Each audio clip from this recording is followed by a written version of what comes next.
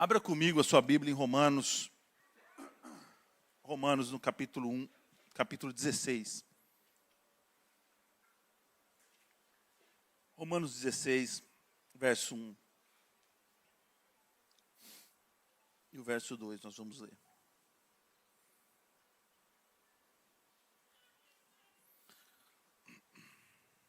Amém?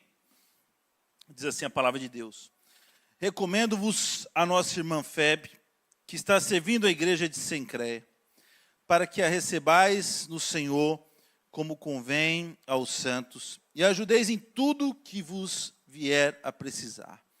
Porque tem sido protetora de muitos, e de mim, inclusive.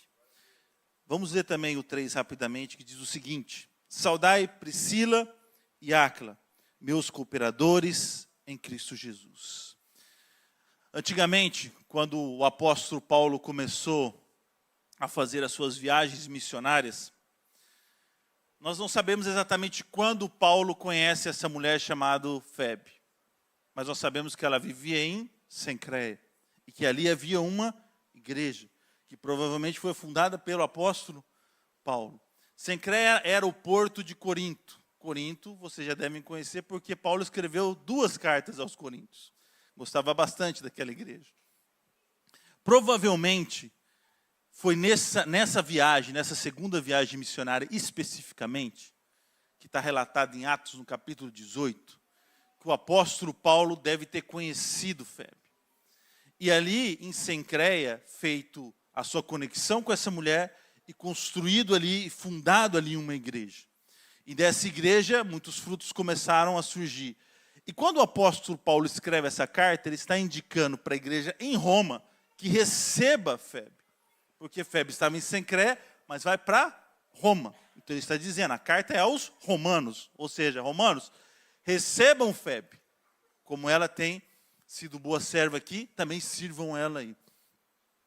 E quando o apóstolo Paulo fazia suas viagens missionárias, geralmente a igreja começava como? Não existia igreja, primeira coisa. Era como se ele tivesse chegado aqui em Sintra, não existia MCI. Não existia nenhuma igreja. Então ele procurava geralmente uma sinagoga. Nessa sinagoga ele ia lá aos sábados, trazia uma mensagem. Por vezes as pessoas que estavam ali não gostavam da mensagem dele, porque ele dizia que Jesus Cristo era o Senhor, o Messias. Então não havia mais necessidade de esperar o Messias, porque hoje o Messias já havia chegado. Alguns não gostavam, mas existiam alguns que gostavam. E esses que gostavam, acabavam chamando Paulo para ir falar com ele, falar sobre Cristo na sua casa, ou no seu trabalho, ou em algum lugar que não fosse naquele lugar que ele não podia falar. E assim ia nascendo as igrejas. E assim Paulo ia fazendo as conexões. Assim Paulo conheceu Priscila e Áquila. Assim esse casal, que eram fazedores de tendas, como o apóstolo Paulo, trabalhavam de segunda a segunda, provavelmente fazendo tendas, e durante a semana abriam as suas casas para fazer um grupo de vida, para que o apóstolo Paulo pudesse vir e ministrar a palavra de Deus. Assim foi se formando a igreja de Corinto. E dessa forma também foi se formando a igreja de Cencreia, por conta de uma mulher chamada Febe. E por que eu estou contando essa história? Porque a igreja de Cristo poderia ser formada de muitas formas. Deus poderia ter levantado um Bill Gates da vida, ou convertido um George Soros, que talvez seja bem difícil, mas enfim, para Deus não é impossível. E pegado esse homem muito milionário, muito rico, muito poderoso, e feito desse homem, desse único homem poderoso no mundo, o sustentador financeiro da igreja. Mas não é assim que Deus trabalha. Não é assim que Deus estudou e planejou a sua igreja, o corpo de Cristo. Ele planejou de uma forma em que homens e mulheres, que se não fossem o evangelho, sequer seriam lembrados hoje, como Priscila e Áquila, fazedores de tenda, homens que sustentaram o ministério de Paulo. Não seria assim se dessa forma Deus tivesse feito. Mulheres como Febe, que trabalhavam provavelmente de dia, o dia todo, de segunda a segunda, mas tiravam um dia para irem lá adorar a Deus. naquele grupo de vida em Sencreia, que estava nascendo e que se formaria em uma igreja. Da mesma forma que Deus chamou lá no passado Priscilas, Áquilas, Febes, Ele chama você, chama eu, para participarmos da construção do corpo de Cristo, que é a igreja.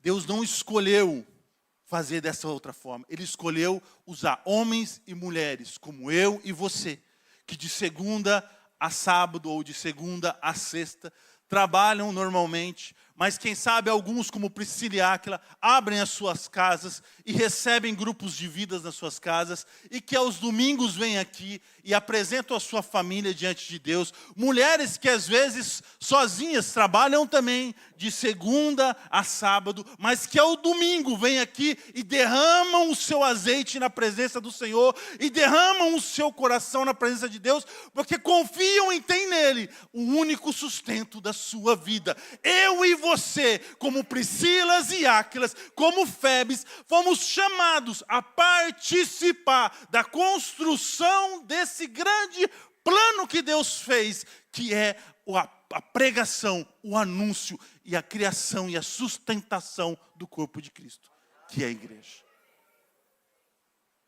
Por isso, nós temos esse momento. Não é para negociar com Deus. Não é para isso que existe esse momento. Esse é o momento em que você faz parte da construção da igreja de Cristo. Esse é o momento em que você ajuda a manter a obra de Cristo. Eu gostaria que você se colocasse de pé. Nós vamos orar rapidamente. E você vai participar com os seus dízimos e com as suas ofertas. Não por obrigação, não porque te mandaram, mas porque você, em amor, crê nessa obra, que é muito maior do que esse espaço, que é o Evangelho de Jesus Cristo. Feche os seus olhos, vamos orar rapidamente. Pai, nós te agradecemos por tudo que o Senhor já fez até aqui, mas nós queremos agora colocar, Senhor, o nosso coração diante de Ti, para participar desse momento dos dízimos e das ofertas, Senhor, sabendo, Senhor, da importância que há, e gratos, porque o Senhor nos chamou para isso. Nós somos gratos ao Senhor, porque é o Senhor que nos sustenta, e é o Senhor que nos possibilita participar desse momento. Nós te adoramos e te exaltamos. Recebe, ó Deus, as nossas ofertas, em nome de Jesus.